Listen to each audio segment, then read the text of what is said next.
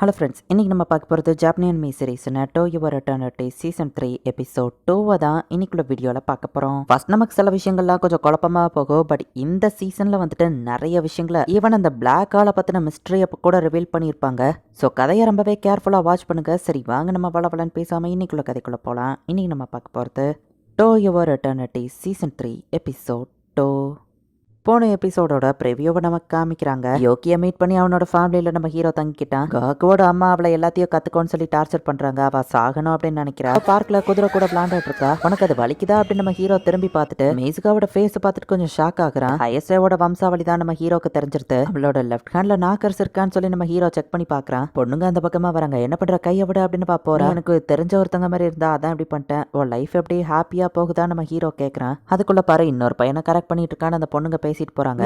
இங்க என்ன பண்ணிட்டு இருக்க, நான் உனக்காக நர்ஸ் ஆஃபீஸ்ல எல்லாம் வெயிட் பண்ண. உனக்கு அடிபட்டுக்கல ஹாஸ்பிட்டல் போலான்னு உங்க அம்மா கூட்டிட்டு போகவும் இவளுக்கு கேரிங்கான ஒரு அம்மா இருக்காங்க. இவ லைஃப் ஜாலியா போகுது போல நம்ம ஹீரோவை ஹாப்பி ஆக்குறான். இப்ப யோக்கியோட தங்கச்சி பார்க்ல யார்கிட்ட பேசிட்டு இருந்தீங்க நம்ம ஹீரோட்ட கேட்க. எனக்கு தெரிஞ்ச ஒருத்தியோட வம்சாவளியில வந்தவா, அவ பேர் எனக்கு தெரியல நம்ம ஹீரோ சொல்றான். வருஷங்களா ஃபோஷியை பத்தி மென்ஷன் பண்ணிருக்கிற எல்லா புக்கையும் நான் எடுத்துட்டு வந்திருக்கேன் அப்படின்னு யோக்கி காமிக்கிறான். அவன் வியர்டா ட்ரெஸ் பண்ணியிருந்தான். வெளியூர்ல இருந்து வந்திருப்பானு மேசுகா யோசிக்கும். அந்த பையனை நீ ஏதோ லவ் பண்ண ஆரம்பிச்சிட்டியா, லவ் அட் ஃபர்ஸ்ட் சைட்டான உங்க அப்பா காமெடி பண்றாரு. மாசம் வீடு காலி பண்ணி போறோம் தயாராகிக்கோன்னு அவங்க அம்மா சொல்றாங்க. அவங்க அப்பாவும் அமைதியா இருக்காரு. ஃபோஷி இந்த வீடியோவை பாத்தியா அப்படின்னு நம்ம காமிக்கிறா. எல்லார் கையிலயும் இந்த பெட்டி இருக்கு நம்ம ஹீரோ வாங்கி பாக்குறான். வேற ஸ்மார்ட் போன் இதை பாருன்னு யோக்கி தங்கச்சி காமிச்சா. பான் ஒரு பெட்டிக்குள்ள இருந்து எந்திக்கிறான். நீங்க பான்சியோட காஸ்பிளே போட்டிருக்கீங்களா, ஒரு போட்டோ எடுங்கன்னு பொண்ணுங்கெல்லாம் இவனை சுத்தி வளைக்கிறாங்க. பேலஸ் கேசல் தானே அப்படின்னு யோக்கி பாக்குறான். இன்டர்நெட்ல இதே மாதிரி நிறைய வீடியோ பரவி இருக்கு.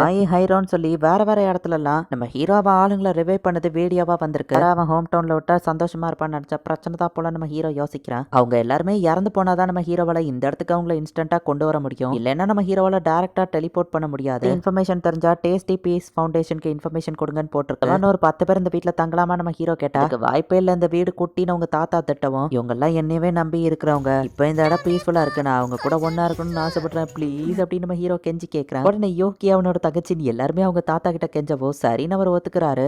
எல்லாரும் தங்குற அளவுக்கு ரோம் இல்லையா அப்படின்னு சொல்லி அவர் யோசிச்சுட்டு இருக்காரு. பெர்மிஷன் கொடுத்ததே போதும்னு அவங்க ரொம்பவே ஹாப்பி ஆகுறாங்க. மேசுகா ஃபதரை வச்சு ஏதோ ஒன்று பண்ணிட்டு இருக்கா. பீச் ஃபவுண்டேஷனை இவங்க கான்டாக்ட் பண்ணி ஏர்போர்ட்டுக்கு வந்திருக்காங்க. ஒருவேளை இது ஃபோஷியை பிடிக்கிறதுக்கான ட்ராப்பா இருந்தா மார்வேஷத்துல வந்திருக்கணும்னு அவங்க உட்கார்ந்துருந்தா பீச் ஃபவுண்டேஷன் ஆளுங்க இந்த இடத்துக்கு இவங்களை வந்து மீட் பண்ணி கூட்டிட்டு போறாங்க. பிரின்ஸ் பான் ஒரு பிரின்ஸ்ங்கிறதுனால அவன் தான் அந்த ஆர்கனைசேஷன் ஆரம்பிச்சு ஃபோஷி என்னைக்கு ரிவைவ் ஆனாலும் அவன் ஆளுங்களை பாத்துக்கிடணும் அப்படின்னு சொல்லி ஒரு ஆர்கனைசேஷனை ரெடி பண்ணிருக்கான். காய்ஸ் பார்த்து எவ்வளவு நாள் நம்ம ஹீரோ பேசிட்டு இருக்கும் போதே பஜார் நம்ம ஹீரோ மூஞ்சில பஞ்ச் பண்றான். அந்த இடத்துல ரிவைவ் பண்ணி எல்லாரும் பிரச்சனையில மாட்டிக்கிட்டோம் அப்படின்னு சொல்றாங்க. மெசார் சண்டை போடாதான் பான் வந்து தடுக்கிறான். ட்ரெஸ் உனக்கு நல்லா இருக்கேன் நம்ம ஹீரோ சொல்லுவோம். ஆமான அந்த ஆவிங்களும் வந்து சொல்லுது. என்ன நிக்ஸானுக்கு நான் ஒரு பாடியை ரெடி பண்ணுவான்னு கேட்டா. இல்ல அவங்களுக்கு கோஸ்டா இருக்கதான் விருப்பமா, அவங்களுக்கு பாடி வேணாம் அப்படின்னு பான் சொல்லியிருந்தான். வராம இருக்கிறதுக்கு நம்ம தனித்துவமா தெரியாம இந்த சொசைட்டி கூட பிளண்ட் ஆகணும் அப்படின்னு பான் சொல்லுவோம். இந்த மாஸ்க வச்சுக்கிட்டா அப்படின்னு சொல்லி வந்து நிக்கிறான். எங்களை மறக்காததுக்கு தேங்க்ஸ் ஃபோஷியாமா மார்ச்சங்கன்னு கோகு கேட்டா. அவளுக்கு வேற ஃபேமிலி கிடைச்சிட்டு டிஸ்டர்ப் பண்ண வேணா நம்ம ஹீரோ யோசிக்கிறான். கூடியாவா ஜாலியா இருக்கட்டும் நம்ம ஹீரோ சோகமா சொல்லுவோம் அப்படின்னு சொல்லி மார்ச்சும் அங்க வந்துருத்தா. உன் கூட இருக்கிறதா எனக்கு சந்தோஷம் போனவா சொல்றா.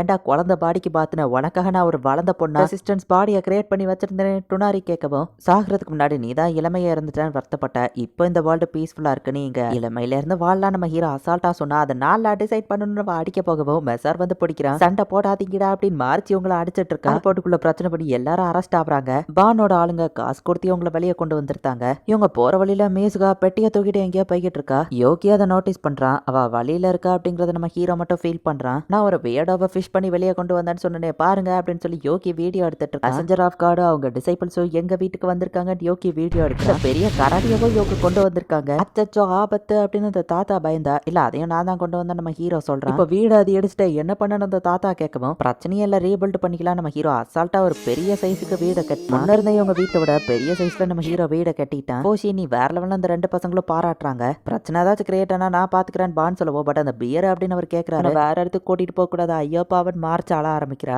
பீச் ஃபவுண்டேஷன் இதுக்கான செலவை பாத்துக்கிடும், கவலைப்படாதீங்க அப்படின்னு பான் சொல்லுவோம். இருக்கட்டும் அந்த தாத்தா சொல்றாரு. உடஞ்சு போன கட்டையெல்லாம் எடுத்து கோகோ ஏறிக்கிறான். கோகோ உண்மையிலேயே வேற லெவல் அப்படின்னு சொல்லி யோகி வீடியோ எடுத்தான். மெட்டல்ஸ் எல்லாம் தூர போட போகவும் ஸ்கிராப்பட்ல நான் பாக்கலாமான்னு பிளாக் ஸ்மித்தா இருந்த கிராய் போய் பாக்குறேன். ஆத்தலிங்க எங்க இருக்குன்னு தெரியுமா, சரி நானே தேடிக்கிறேன் அப்படின்னு மெசார் போறான். சர்ச்சில் பிரீஸ்டா இருந்த அந்த ஹைரோக்கு இன்னும் பல்லு இல்ல. இங்க மார்ச் அந்த கரடி உடம்புல இருக்கிற அந்த மரக்கட்டையெல்லாம் புடுங்கிட்டு இருக்கா. டொனாரியோட ஸ்மார்ட்டான அந்த அவ்வளோ அவ கூட தான் இருக்கு. சாப்பாடுங்கிற பேர்ல இங்க ஒரு விருந்தே ஜாலியா இருக்கேன்னு யோகி பாக்க நீங்க எல்லாம் என்ன பண்ண போறீங்கன்னு யோகி கேட்டா தெரியல இனிதான் பாக்கணும்னு எல்லாரும் சொல்றாங்க. கையில இருக்கிற பெட்டியை பார்த்து உனக்கு நீ ஏன் பேசிட்டு இருக்கேன்னு டொனாரி கேட்டா பார்த்தா அவனோட பேரண்ட்ஸ் வீடியோ கால்ல இருக்காங்க. இந்த ஏன்ஷியன் ரோயின்ஸ் எல்லாம் எக்ஸ்குவேட் பண்ற ஆளுங்க தான் என் பேரண்ட்ஸ்க்கு இன்ட்ரடியூஸ் பண்ணிட்டு இருந்தா அப்படின்னு நம்ம சொல்றோம். ஸ்மார்ட் போன் தூரத்துல இருக்கிறவங்க கிட்ட பேச வைக்கதான் நம்ம ஹீரோ ஆச்சரியப்படுறான். தூரத்துல இருக்கிறவங்க கூட நம்மளால டைரக்டா கனெக்ட் ஆக முடியும் அப்படின்னு யோகி சொல்லுவோம்.